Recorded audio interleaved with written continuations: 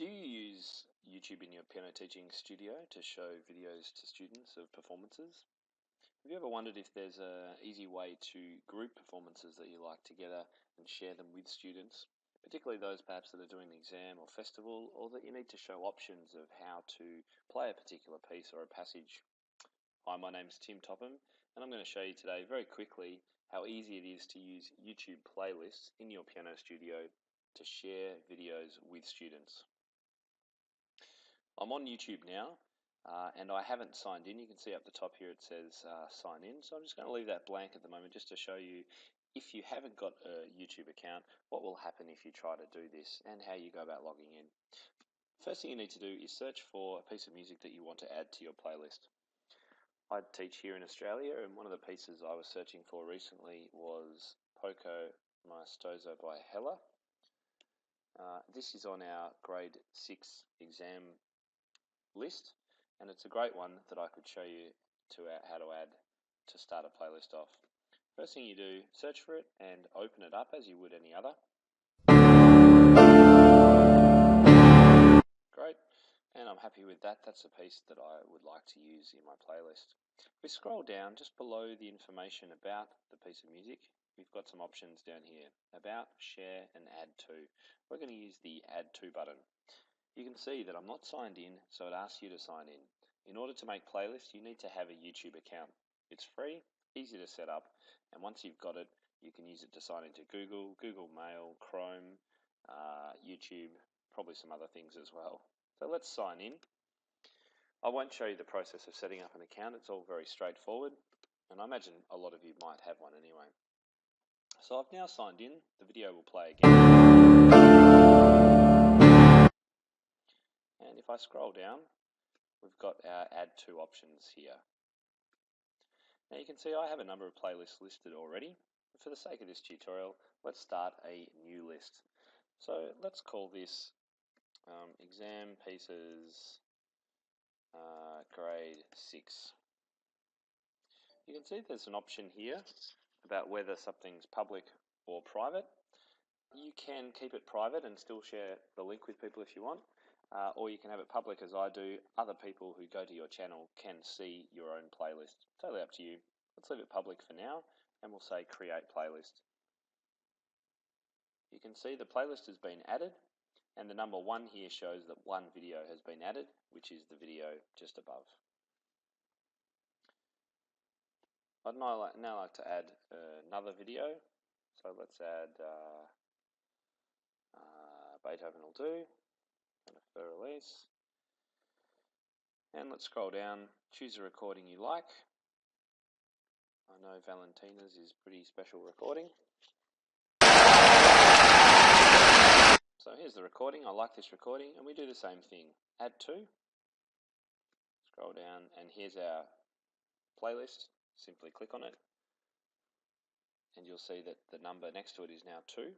You'll also see there's an option to add a note. This is the great place to be able to say a message to your students for when they're looking through the videos, like, this is a great optional piece for this grade. Or you could say it's an extra list or free choice or something like that. We add our note, and our playlist is starting to come together. You can continue adding videos for as long as you wish and notes to suit. When you're ready, you want to have a look at your playlist and share it with students. We go up here on the left of the screen to the guide. That's simply another name for your main menu, really. And you'll see under here we've got an option to view playlists. We click on that, scroll down, and you can see I've got a number of playlists, and here's the playlist that we've just created.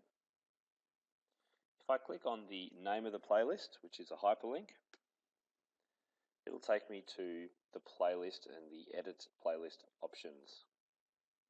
If you wish and you're happy with the playlist, you can simply share straight away. I'll come back to that in a second, because there's another feature of this which is really, really helpful, and that is to edit playlist. When you edit playlist, you can write a description here.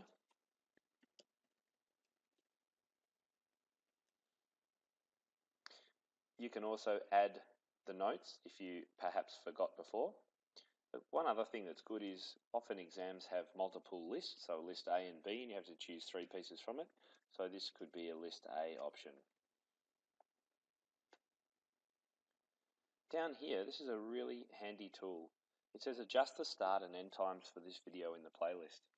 This is great if your video is of a larger work of multiple movements and you only want to show part of one movement or just one movement. You can actually set the start and end points.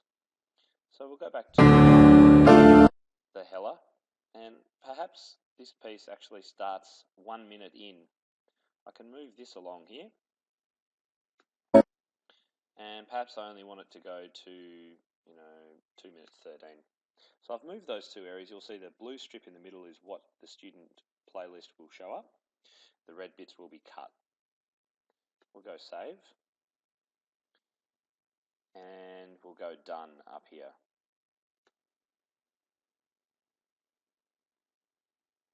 Okay, now if we go play all, this is the playlist view, and you can see that the video is now started at 1 minute in. Straight away goes into it. On the right hand side here, all the pieces that you've chosen to add to your list will show up. So we can simply click on the second one, and that will begin playing as well. That's the basic setup of a playlist. If you wish to share it now, then best thing to do is go back to your playlist list. We'll open it up again, and then we'll use the share button here. You've got 2 options really. You'll see that the link here has already been highlighted. We can simply Control C and go into, what's this, blank Word document. But if this was your email editor, Control V here, and that's the link that you can send to students. Alternatively, you can go to the email button here, and it will email it directly from YouTube using your YouTube email. If that suits you, then that can be a nice easy way to do it as well. And you can put multiple email addresses in there and then press send. And that's it. That's the best way to run playlists on YouTube, and it's the best and most simple way to share playlists with students. Great thing is once you've made one playlist, it's there and you can share it with however many students you wish. So if you have a number who are about to embark on grade 4 music, for example, you can send them all to the grade 4 playlist and they can choose their pieces without wasting any lesson time. If you've got any questions, let me know. And if you go to my YouTube channel, Tim Topham, you'll be able to see my playlists and the sorts of things that I put in my ones, which are on the screen here. Good luck and see you online soon.